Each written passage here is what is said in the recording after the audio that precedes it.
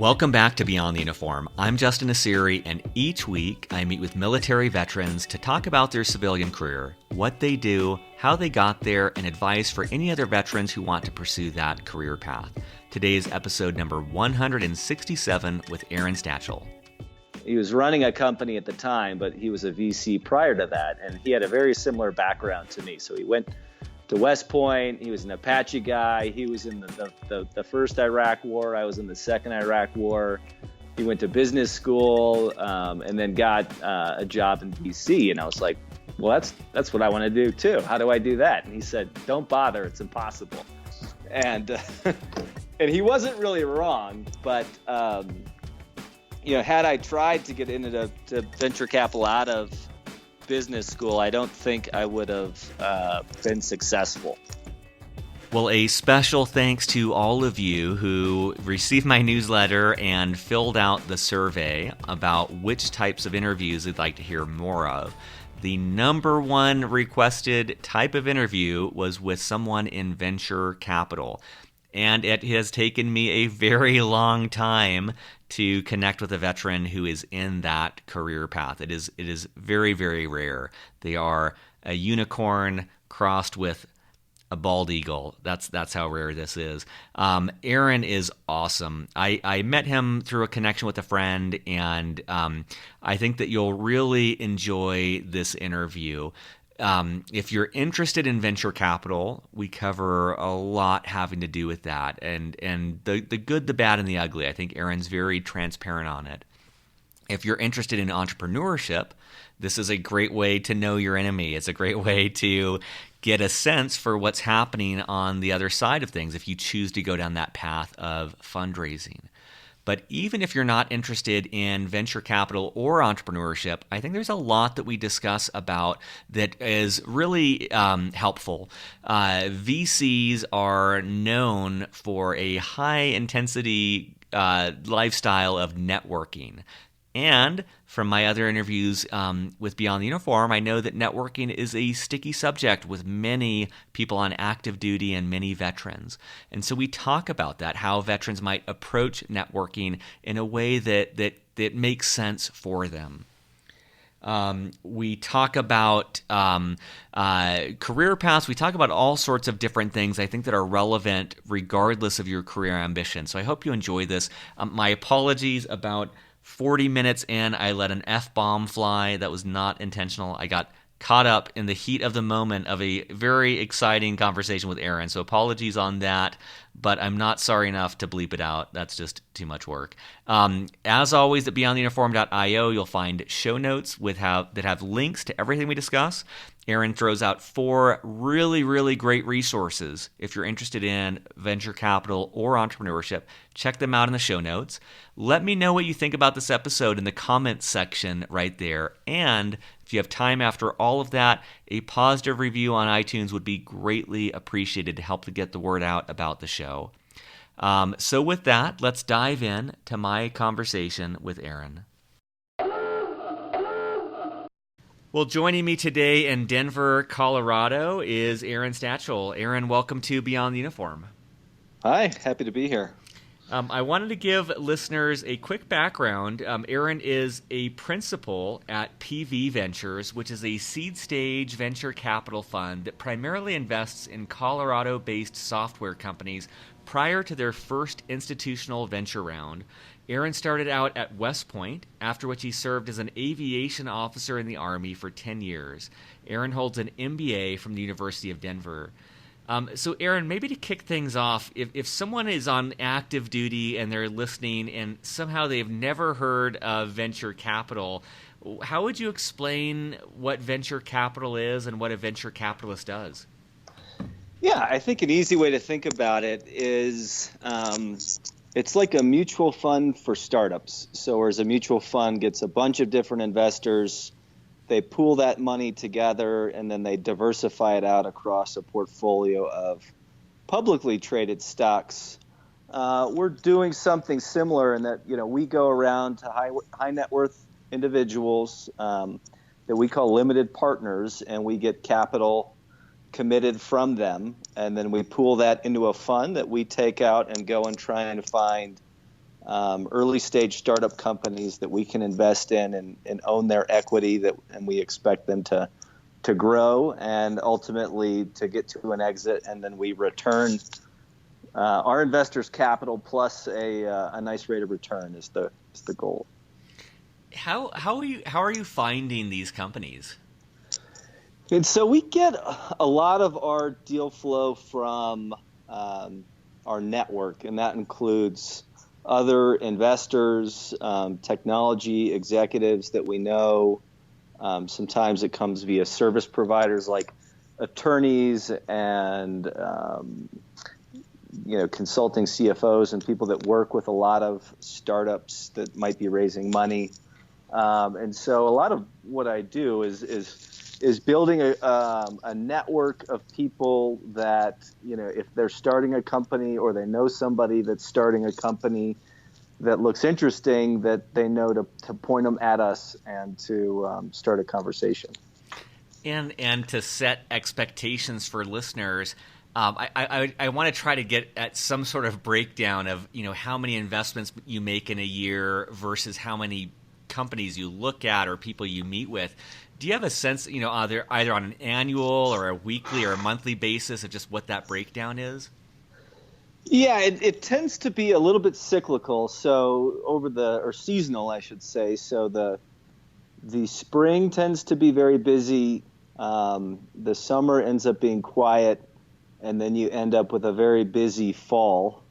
And so it's kind of like everybody wants to get something done before the holidays, and then the holidays are slow, and then things ramp up again in the spring, and then the summer is slow. But on average, we probably get about something, once a day to look at. So we'll look at probably a few hundred things a year, and we would probably invest in about eight to 10. So just a fraction of those deals that you look at.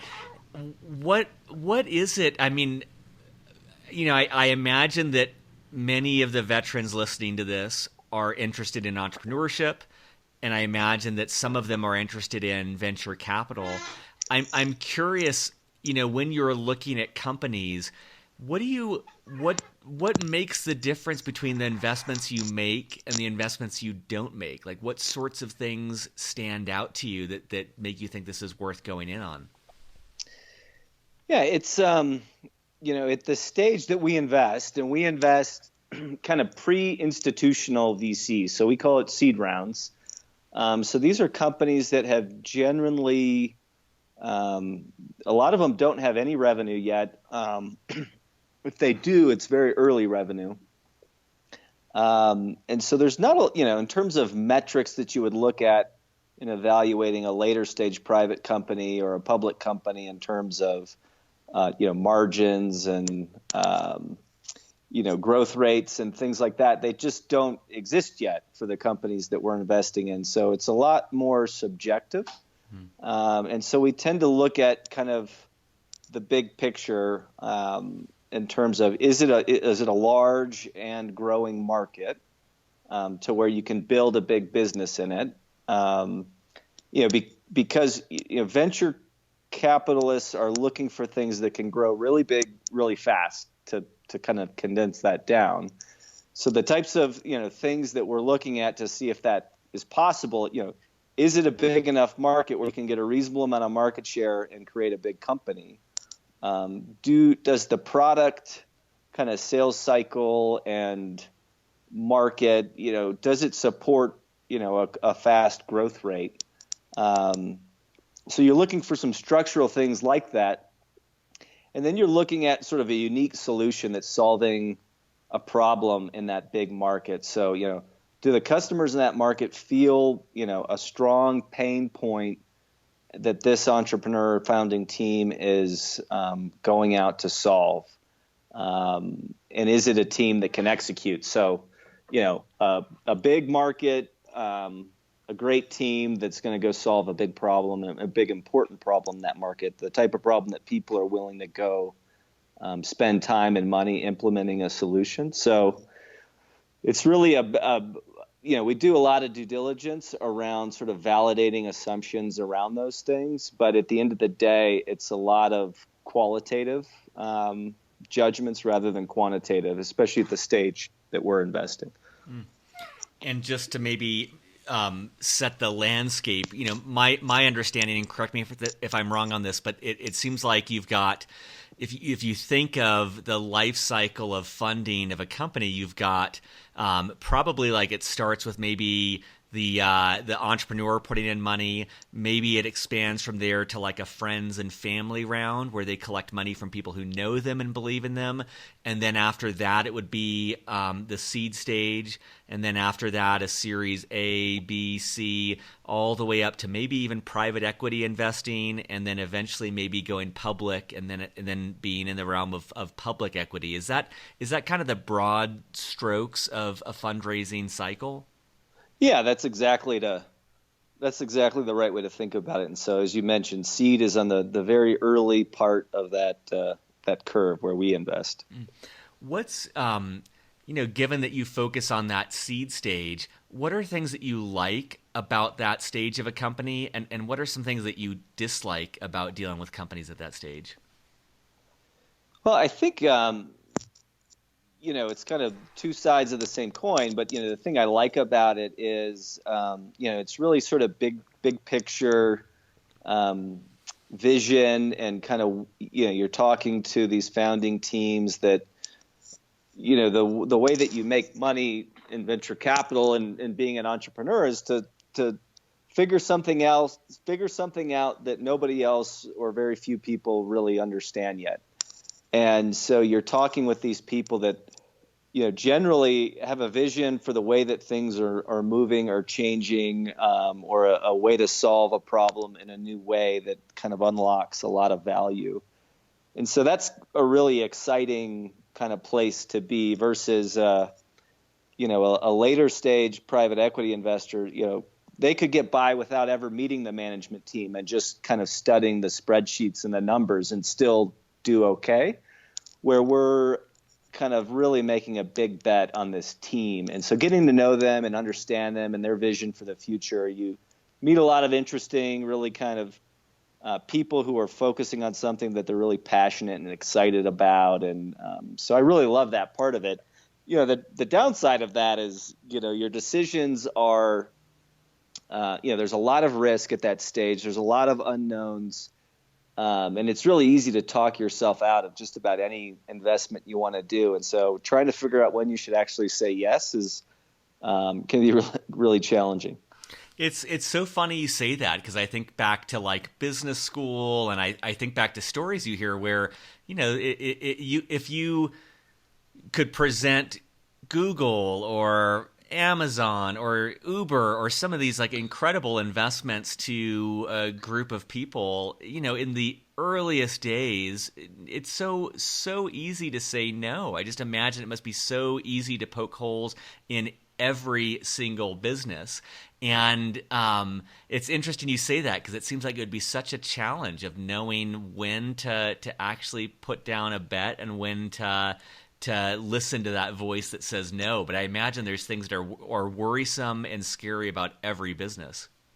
Yeah, and it's, we tend to focus more on enterprise software, so, business to business software in general versus kind of consumer-facing businesses. And I think, because of our network and experience, we can get pretty good insight into whether we try and reduce the risk that the company's built something that nobody wants to buy. And so we try and mitigate that risk. For consumer-facing things, there's kind of real visionaries in that space. I don't certainly consider, us as one of them. Like if you would have showed me Snapchat, I would have said, well, that's stupid. Nobody's going to do that. But there's people who are picking up on these trends and or shaping these trends in a way that's really hard to predict. Could you take us through, I imagine there's a high degree of variability in your day, but could you take us through what a day might look like for you? And I know that listeners particularly like the details around what time you get in, what time you leave, and just the types of things that occupy your day? Yeah, I try and get going as early as I can in the morning, because I have 4 kids, so I don't have a lot of flex time on either end of the day. So I'm generally at my desk by 7:30. I work from home a lot of days. My firm is a very small partnership. It's just me and one other person, and we both work in different places. So I work from home a lot. I usually start my day at home, kind of reading, catching up on email, reading. I get a variety of newsletters that are kind of specifically related to the types of things that we invest in. And so I look to see kind of who else is getting funding, what else is getting funding, what the trends are, what's going on in my industry in general. And then I usually end up with a series of phone calls and meetings throughout the day that can range from, meeting with a potential company, kind of just meeting with somebody from a network. When I say potential company, a potential investment. Sometimes I'm meeting with existing portfolio companies just to get caught up, figure out how we can be helpful, maybe help them think through a particular problem that they're having. I might meet with just general, people in my network or people that I've been introduced to again, kind of back to that earlier point, a lot of what I'm doing is building a network so that I at least have a chance to see, every good deal before it gets filled out. And then, sometimes I'm back at my desk kind of doing some research on a particular company or space that we're interested in. And then I end up with a lot of evening events, a lot of startup events that are social in nature, or pitch events where a group of investors will listen to a handful of startups pitch that are looking for money. A lot of those are in the evening, so the days can be long, but it's usually they're varied in the sense that you're working on different things kind of throughout the day, and over the week, every day looks a little bit different in terms of where you're focused, which for me and my personality tends to be a good fit. Yeah, there's there's a lot I'm envious of this career path. It seems like one aspect is just like with consulting. I imagine that you are constantly exposed to the cutting edge of whatever your focus is. So yours is software. You're always reading and seeing, and you're always like up to speed on the latest trends, which seems like that would be very exciting. And you're also just it seems like a job that is highly socially driven, in that you are constantly meeting with people that you might invest in, and the people that you've met with, you might be helping them. And so you're constantly interacting with different people. And both of those seem like I could imagine why that would be appealing to many veterans who like to be on the cutting edge and also like to be around other people and interacting in a lot of different ways.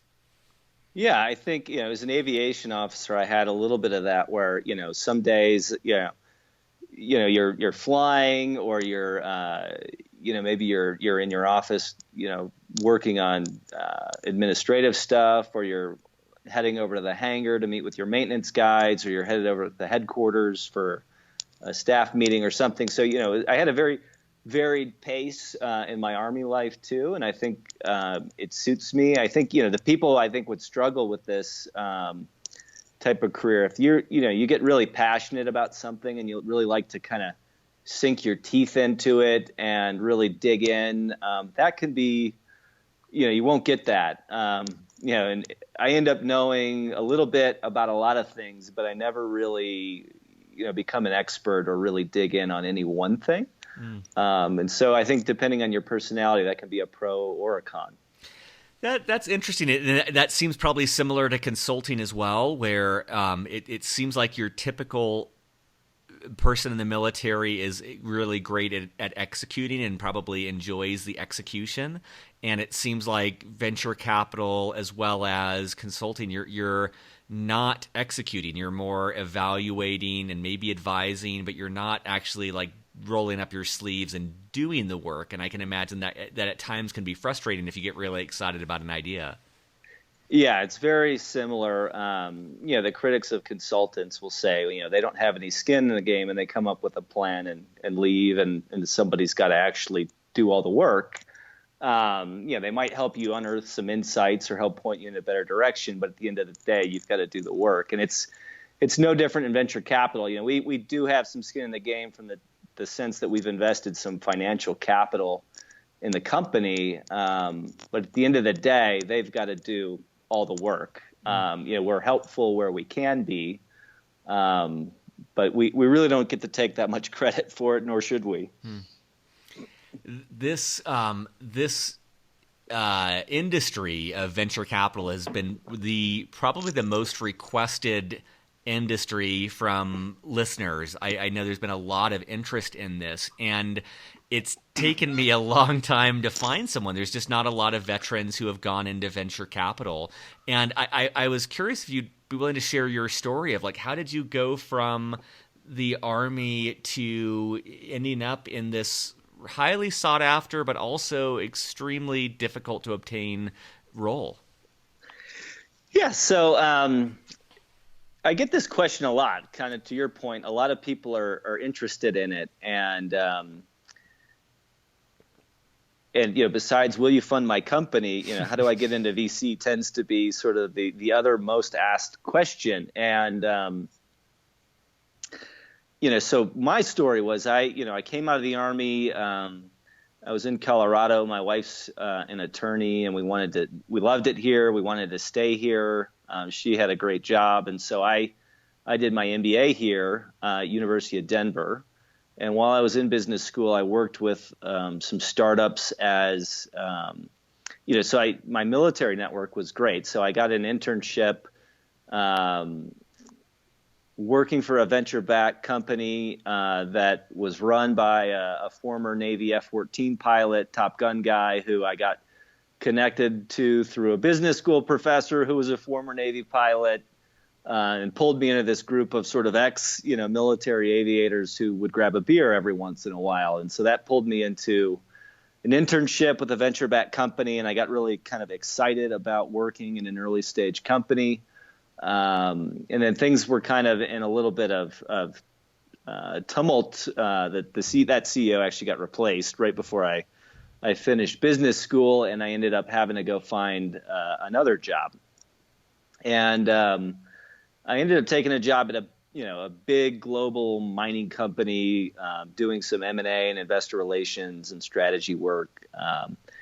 And then, after a little over a year, it was apparent that this is, not anywhere close to those cool startups I was working at in business school. And I started, reaching out to that network I built to find my way back. And another military connection, a former Air Force officer who I had done some volunteer work for in business school, and he was running a different startup, connected me to my partner now, who is an entrepreneur who was created his own small fund, primarily his own capital, and then wanted to build some structure around that and raise more outside capital and create more of a firm around kind of what he was doing personally.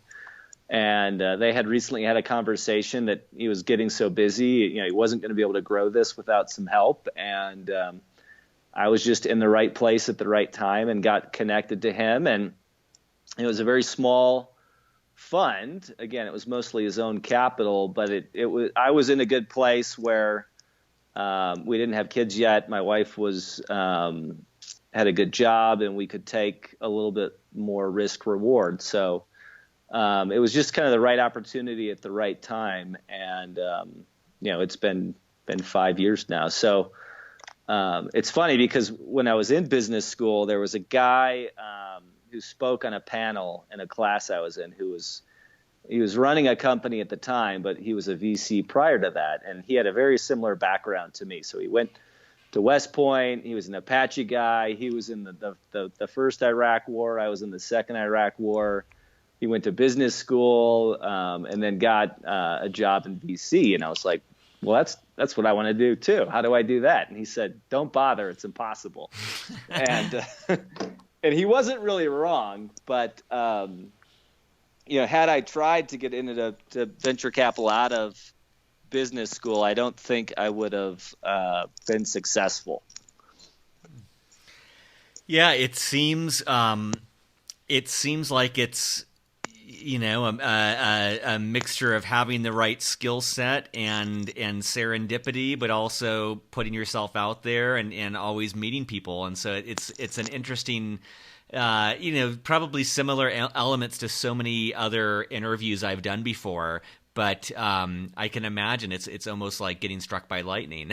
It seems. Yeah, it's a very small industry, and in a place like Colorado, it's tiny. There's only a handful of funds, and a lot of them don't even hire any junior level employees. In the Bay Area, especially, and the coast in general, there's a lot of large funds that have enough fee income that they hire analysts and associates, and they're big enough that they bring them in on a semi-regular basis. But those are really competitive jobs to get. Most of those guys or girls come from, they've worked in technology. They've come from the best schools or MBA programs.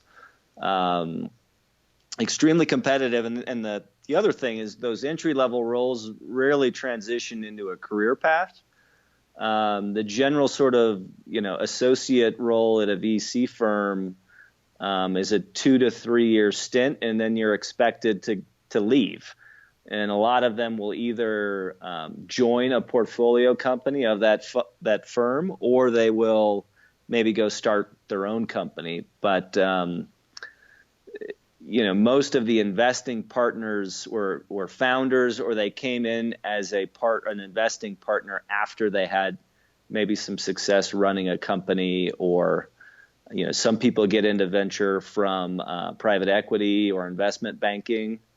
Those are some of the typical paths. It is interesting that you point that out, because it does seem like that there's a pretty big moat between the entry level positions and then the more senior level ones.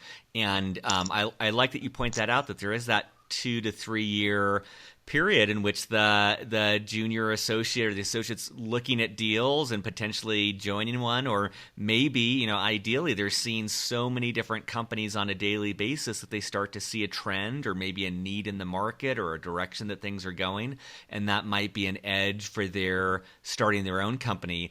But to make it to that senior level, to make it to that partner, it seems like, just anecdotally, most of them were either really successful entrepreneurs, or they were really successful operators that were able to then change into investing, or like you said, they did investing in some other capacity like private equity or something like that, and made that switch. But yeah. It's one of the only fields I can think of where there's not a direct promotion internally. It's not like you start there and you work your way up over a decade. Yeah, it is a little bit unique. Like if you're going to be a partner at a law firm, the way you would do that is get a, associate job at a law firm and work your way up until they make you partner. And that happens in DC. It's just kind of rare. Yep.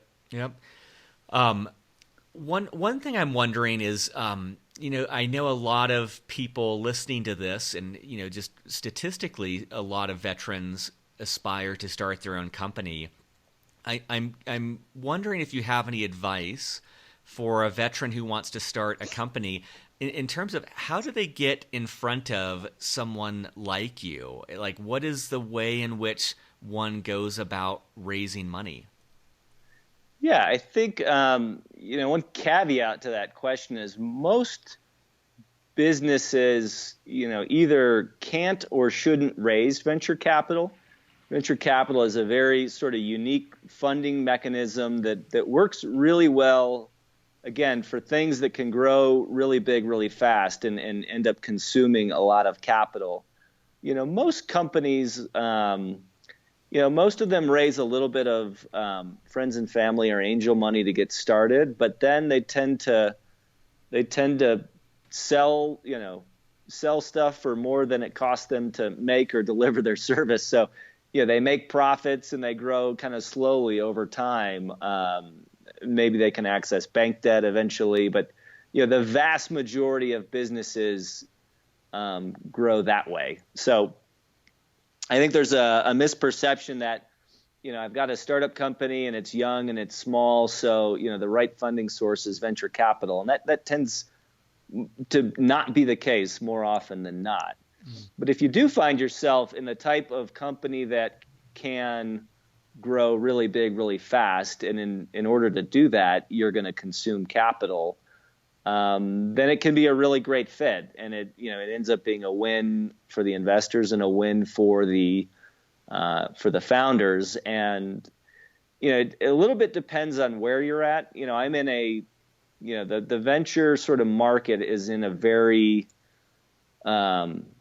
it's very skewed. So California has the lion's share of venture capital firms, and then it's a big step down to New York and Boston, and then it's another big step down to kind of Colorado, Texas, and Washington State, and then it's another step down after that. So if you're in sort of like a top 5 market like we are here in Colorado, there's going to be a decently active sort of angel investor community, which is where most people start.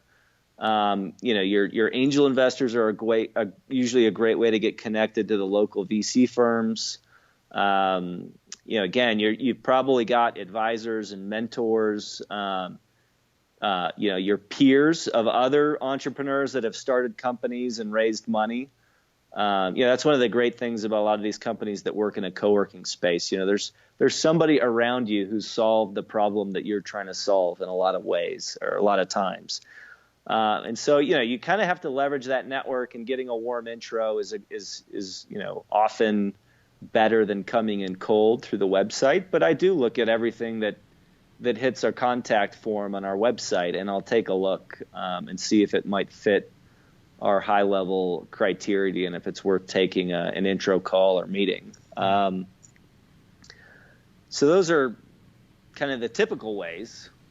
I think that answered the question. Yeah, no, and it's interesting too. That's like another industry where maybe finance is like that, but it's like it is very geographically specific. Like you rattled off the 5 or 6 locations that's kind of where it is, and there's a big gap between even those. And most industries, most functional roles, it seems like no matter where you go, you'll find something. But for venture capital, I don't think that's the case. I think it's like a very limited geographic area. Yeah, and that I was stuck on. There's something else I wanted to say. I was getting stuck on it, but you reminded me that if you're in a top 5 market, you can find your way to the VC funds in your area.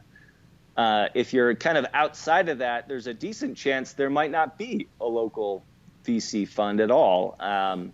And that early stage capital doesn't travel much. And so when you're trying to get somebody from out of state to invest in your startup at a really early stage, the bar is going to go up for you, and it's going to be even harder. So you might have to make it a little bit farther along than you would otherwise to get people to potentially get on a plane and take that extra effort. Mm-hmm. So that's kind of a really important thing to understand. There's a lot of funds popping up sort of in the middle of the country that are focused on investing in the middle of the country because they believe there's a lot of kind of talent and innovation that doesn't have the access to capital that we see on the coastal market. So there's more and more firms like that if you're in kind of the middle of the country, you can find your way to. One other question that occurred to me while you were saying that is just kind of so the 3 arbitrary buckets that I'd come up with for your time. It seems like some of your time is raising money for your firm to invest. A certain, one bucket would be meeting with companies and deciding whether or not to invest in them. And then a third bucket might be meeting with the companies that you've invested in or providing help for them in some way. So one question I have is first of all, is that a fair assessment of the buckets of your time? But then also, like, if you were to look at a pie chart of a year, what's the rough distribution between those three different categories? Yeah, that's a good point. So, we're just most venture funds raise a new fund every sort of 3 to 4 years, and we're just entering that sort of fundraising cycle. So our second fund that we're investing now is at the tail end of the investment period where we've kind of built the portfolio, and so now we need to go raise a new fund to be able to keep making those new investments. And so, part of, in terms of the investor relations side of it, some of it is fundraising, which is, which the entrepreneurs that we invest in have to go do. They go talk to a lot of people, and most of them say no, and they end up kind of scraping together what they need in the end. And, that's a full-time job. Both when we do it and when founders do it. It's very time consuming. You take a lot of meetings, a lot of follow-up meetings, a lot of phone calls, making presentations. So I'm entering a phase where I'm going to start spending a lot of time on that. And then once the fundraising's over, there's still an investor relations component of, we write quarterly letters to, inform our investors what's going on with our portfolio. We do annual meetings to keep them informed, and so that they feel good about that they understand what's going on and how things are going. So that tends to be a kind of a long cycle, like a 3-year type of cycle. And then once we raise the fund, we spend a lot of time, over the next few years, we're building that portfolio. And then as our portfolio has grown, we have over 33 companies now across 2 funds. You end up spending time on those companies because, they want to talk through something, or something's not going well and they need to raise more money, or you're trying to get them an introduction into a potential partner or customer or somebody that they're trying to hire. And so it tends, the kind of helping existing companies, that tends to be pretty varied for us because we're such an early stage fund. Our portfolio model is based on making a lot of, building a big portfolio of high risk, high reward opportunities that, again, don't have a lot of traction yet. There's a lot of risk. A lot of them just aren't going to work out, no matter how well we try and pick them. And out of the 30 companies we'll do in this current fund, probably a half a dozen of them are really going to matter from an economic standpoint in the end. And then there'll be another dozen that do okay, but don't really move the needle, and then another dozen that might not return any capital at all. And so we're doing, 8 to 10, maybe even 12 investments in a given year. And so our ability to really roll up our sleeves and spend a lot of time with any individual company is limited, and more limited than maybe we would like it to, but our model is sort of built around kind of how many deals we think we need to get done to be properly diversified, with a balance of being, concentrated enough so that when we do have a big win, it really matters to our fund. For a later stage VC, I think that dynamic looks a little bit different in that, an investment partner at a big firm might only do 1 or 2 deals per year. There might be a handful of partners and they each do 1 or 2 a year. They write big checks. They take a board seat. They really roll up their sleeves, and they might have at a minimum a weekly call with the CEO, quarterly board meetings, and over time a partner at a bigger fund might spend the majority of their time working on the existing portfolio companies and not as much time looking at new deals, which is where they tend to hire junior level staff to do a lot of that kind of screening. So if you do end up going to work for a big fund, you're looking through those hundreds of opportunities, finding the ones that the partners should spend their time on, because they're basically going kind of between board meetings and update calls for their existing portfolio. So it looks a lot different for a later stage fund than it does at an earlier one like ours. That's funny that you point that out, because it's definitely a trend, regardless of industry, that if you go to, it seems like if you go to a smaller company, you're going to be wearing multiple hats and involved in multiple activities, and you'll see probably a broader spectrum of what makes that particular company work. And if you go to a much bigger company, you're a lot more defined in the specificity of your exact role. And so it's interesting that holds true for venture capital as well, where at these bigger firms, you won't be really responsible for fundraising, or, it's just you'll be a little bit more discreet in the type of work that you're doing. Right. And there, I don't consider myself an entrepreneur, but there's definitely, a startup aspect to being at a small sort of young firm where, the upside is that, I'm kind of here at the beginning and I'm helping to create it and grow with it. But like you said, it's a little bit like a startup, and you kind of have to be willing and ready to do anything that needs to get done, because there's nobody else to do it. Where at these really big funds, they might have a partner that just helps existing portfolios with PR or marketing or, legal issues or recruiting, or, where at a small fund, you don't have those resources at your disposal. One thing that comes to mind is it seems like your job entails an extensive amount of networking. Like, it seems like you are constantly meeting with people, maintaining relationships, building relationships, getting referrals. And at the same time, I'm aware that in the last 165 interviews, almost every single veteran I speak with talks about, at least at first, the difficulty they have approaching networking, and how when they're in the military, they view that in a very negative light, and it's something that they're not excited about as they approach their transition.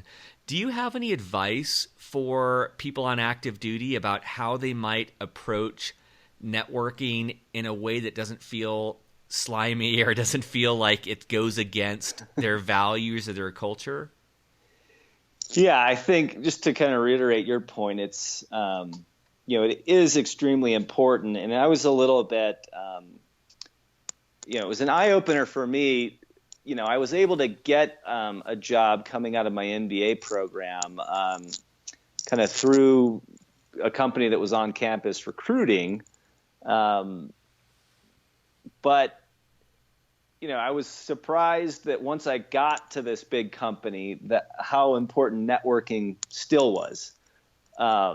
Because, it's not like the Army where, or, another service where you can kind of plot out a 20-year career, and you might not know exactly where you're going to be or exactly which job you're going to be doing, but you have a general idea of how things will look. And that doesn't exist in a lot of corporate America, and kind of where your career path takes you, a lot of it depends on the relationships that you build, and you work your way up and around a company by getting to know people and making sure they understand kind of the your expertise and the value that you provide, and realize that you're the type of person that they want on their team, that they can trust and rely on. And so that doesn't just happen because it's, you've been in a certain role for a certain amount of time and the military wants you to move and go do something else now. You have to kind of make that happen. So it's extremely important, I think, for a variety of reasons, regardless of kind of where you end up. But, I think at the end of the day, you're really just trying to build relationships with people.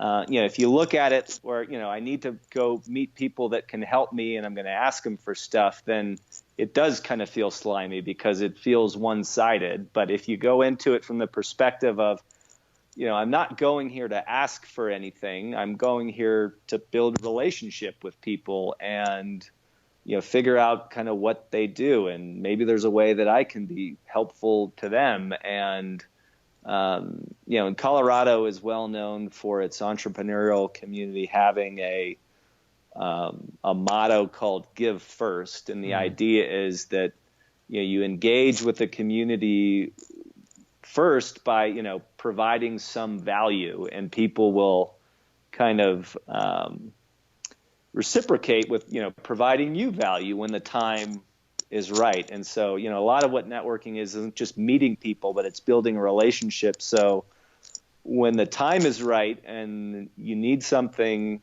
from them, you need some help, or they're willing to help you because they've gotten to know you, and maybe you've done something to help them, versus just asking people for stuff all the time. And I think the benefit you have when you're leaving the military is it's really easy to say, hey, I'm getting out of the military. I've been kind of going back and forth to the Middle East or wherever, and I haven't really thought hard about what I want to do. I'd really like to buy you a cup of coffee and understand kind of what you do and get some advice. And you've got the ability to kind of leverage your service to the country. A lot of people, I think, are willing to give you that time.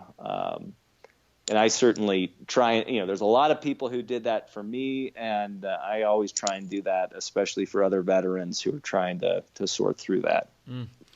I love that. I mean, two things that stood out to me is first, I don't think I really put my finger on it till you said it, but it's like there's this aspect of when you're in the military, there is such a strong current where you can kind of stay still without expending a lot of energy, and the system will promote you or direct you. Like if you don't take any action, you're still going to end up somewhere.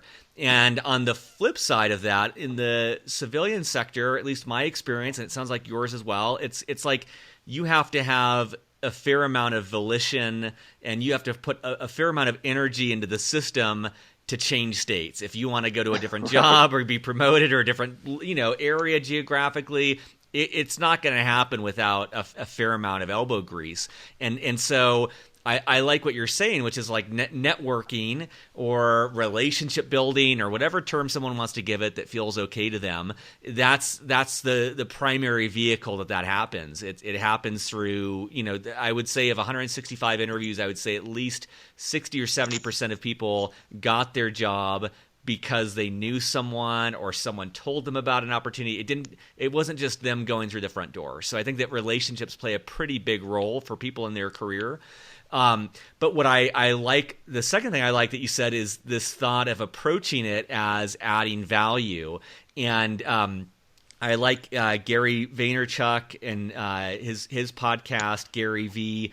He talks a lot. He even wrote a book that was called, I think it was Jab, Jab, Jab, Right Hook. And his thought was like the jab is giving to people, and then the right hook is having some sort of request. But it's always like give, give, give. And he said if he were to rewrite the book today, it'd be like jab, jab, jab, jab, jab, jab, jab, right hook. It's like the amount of giving and adding value is far exceeding making any sort of request.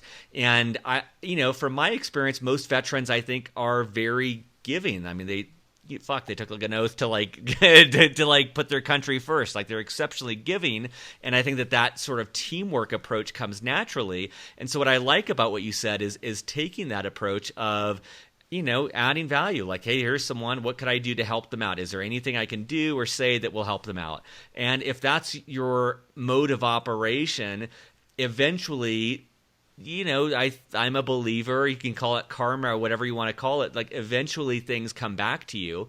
But coming from that place of giving might feel more authentic and natural rather than like, I'm going to do this in order to get something in return. It's kind of I don't know if that makes sense, but that's what came through from what you were saying, and I really like that as an approach.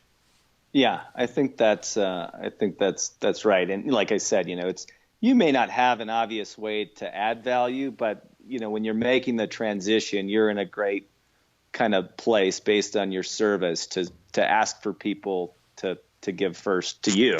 Yep. And most of them will be more than willing to Sometimes it's hard. People are really busy, and you can't get in front of them, and sometimes you have to be persistent.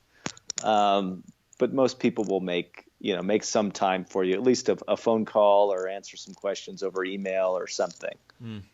I met an entrepreneur in Colorado recently who was struggling to find opportunities through the normal channels, and after some time in the Navy, they had just reached out directly to some really well-placed individuals in the kind of tech world, and were able to get in front of them and made things happen, just kind of through sheer will and people's willingness to look at them as like, this person has done a lot for this country, and I'm going to give them a little bit of time, and it worked out really well. Is there any resources you would recommend if someone is listening to this and they're fired up, they think that they want to learn more about venture capital and this as a career path? Is there any resources you would recommend? That could be a book, podcast, conference, TV show, anything that might help better inform them. Yeah, I in the venture community, a trend in the last really since I started doing this 5 years ago, there was some content out there. One of the ones I'll recommend is a VC by the name of Fred Wilson at Union Square Ventures in New York has a website called AVC, so avc.com, and he does a daily blog. A lot of them are short, and they're just about startups and venture capital and things kind of he's seen as after a long career, a very successful career in VC, and he did a series of these called MBA Mondays, where he took a specific topic and kind of blogged about it. And there's an archive of these somewhere that are really quick, well-informed reads to kind of get you up to speed on a lot of the lingo and topics that I found very helpful when I was getting started. Likewise, Brad Feld, who's a VC here in Colorado, wrote a book with his partner called Venture Deals. And if you're looking to get into venture or you're looking to raise money as an entrepreneur, it's a really easy read. It's a pretty short book, if I remember, and it really just helps you understand how these deals are structured and what the main kind of deal points that people negotiate around are, and a perspective on kind of what the market is. That really provides a great overview on how fundraising happens. But there's a ton of content out there. What I was going to say is, Fred Wilson was like the only one doing it for a while, and I think Brad Feld was really early. But now, every VC is trying to sort of compete for deal flow, and they want to be seen as an expert in whatever area. So, there's like a million VC podcasts and blogs and things out there right now. And sometimes it's hard to sort through them, but there's a couple great newsletters. One of them is CB Insights, which is sort of an industry analyst firm that covers early stage and private companies. They do a daily newsletter, and at the bottom of that, they have some interesting insights of their own. And at the bottom, there's, a handful of links to articles that they've found interesting. And a company called Mattermark, a similar company with a similar newsletter, does a daily newsletter that kind of surfaces and highlights, a handful of blog posts or articles every day that are, they sort through all those, hundreds of things out there and kind of surface a handful that are really worth reading. And so those are great places to get started. This is awesome. And for listeners at beyondtheuniform.io, I'll add in the show notes for this episode, I'll add links to all four of those. Those are really fantastic recommendations. So, Aaron, I always like to keep the last question open-ended, which is I've asked a ton of questions that I thought would be helpful to our audience, but I'm sure there's things that I didn't ask about. So I would love to just kind of turn the mic over to you and just say, what else have we not covered that you would like to share with listeners? Yeah, let me think about that for a second.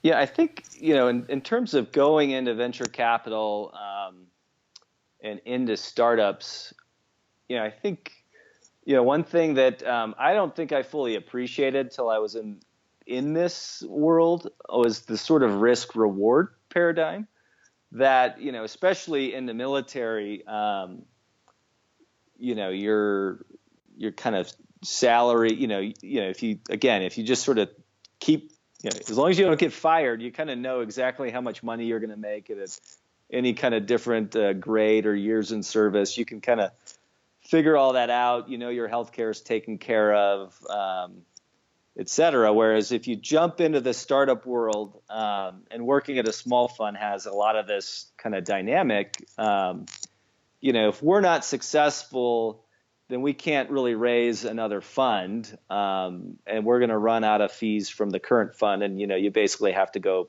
find something else to do.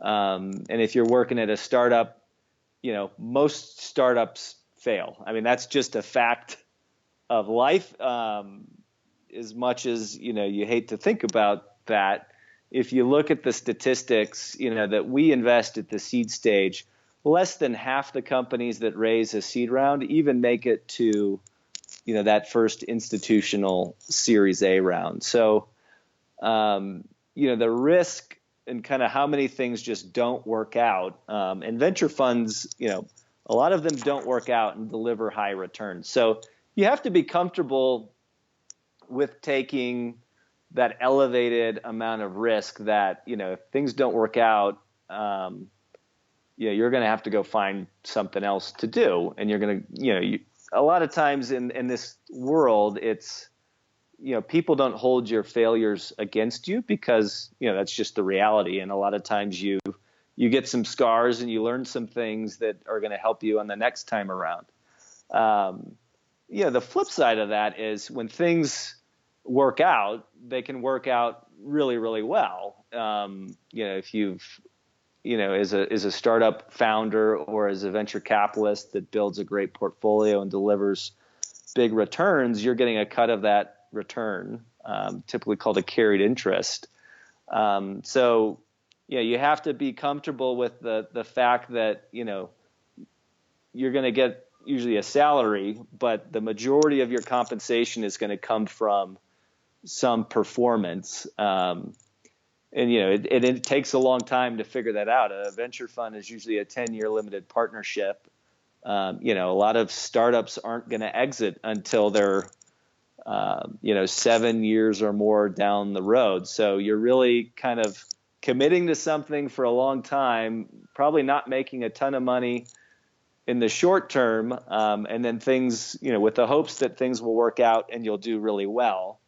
And if things don't work out, you probably would have been better off financially doing something a little bit more stable where, there is a path in the office to a bump in pay or a promotion or some added benefits that don't really exist in the kind of early stage startup and investing world. So it's, you have to have a personal situation. And I think, a personality that accepts that sort of risk reward trade-off, versus working in maybe a larger organization that's more stable in some ways and maybe has a more predictable kind of path forward, but maybe not as much upside. It's I appreciate your pointing out the risk because I think that that's something that people overlook on both entrepreneurship and venture capital. But I think one thing that strikes me about that is that when I do talk to veterans, I would say 90% of the time they have a very negative view on sales, particularly around I don't want to take a job that has minimal pay, and there's a lot of risk involved in how much I make. And yet there's so much interest in venture capital. And I realize they're very different career paths, but both have a high degree of variability in what you actually earn based on performance. And so it's just interesting to me that, as you point out, that risk, that risk is shared in many different industries, but I think people often overlook that with venture capital. Yeah, and it's it's not quite as extreme as it is being an entrepreneur, because we do have a portfolio of opportunities to spread that risk across, and we have once we raise a fund, we have fees from that fund that come in over a certain period of time. So it's certainly not on the same level as if you're starting a company and you've got a year of runway and you either make progress and raise more money or get to break even, or you run out of money and got to do something else. So it's not as severe, but it's definitely something that, in general in this world, it's that risk reward framework is something I think you don't really appreciate till you see it up close. Like, I was around some startups in business school, and it seemed like a great way to make a lot of money. And it wasn't until I got into what I'm doing now that I realized, it is a great way to make a lot of money when things work out. The reality is most things don't end up being big wins. Well, Aaron, I know we are right up at the end of our time here, but I really appreciate your taking the time to speak with me and to share your story. And I know it's such a rare path, but I appreciate the candor that you bring to the conversation about sharing the good, the bad, and the ugly about it. And I think this will go over really well with the community. I appreciate it. Great. I'm happy to do it, and I'm always happy to help veterans think about their career transition. So if you add my website link to the show notes, there's a contact form on there, and it comes straight to me. So feel free to reach out if you have follow-up questions from anybody in the audience. Surface.